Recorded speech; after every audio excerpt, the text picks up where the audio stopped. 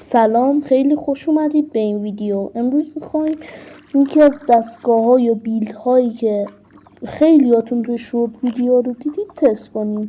میبینید که ما الان دستگاه رو ساختیم و کار نمیکنه. این یه محدودیتیه داخل که خود موجان گذاشتم برای ماینکرافت بدراک هم برای گوشی که بعد از 12 بلاک دیگه پیستون کار نکنه.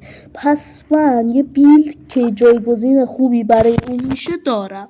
اول از همه 2 تا بلاک میایید بالا، ابزرور به این سمت قرمزی، استیک پیستون، اسلایم بلاک و 2 تا اسلایم بلاک و ابزرور بازم به سمت قرمزی، پیستون، استیکی پیستون، اسلایم بلاک و اسلایم بلاک میایید بالاش و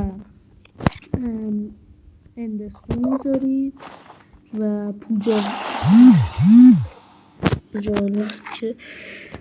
و یک دونه بوت میذارید اینجا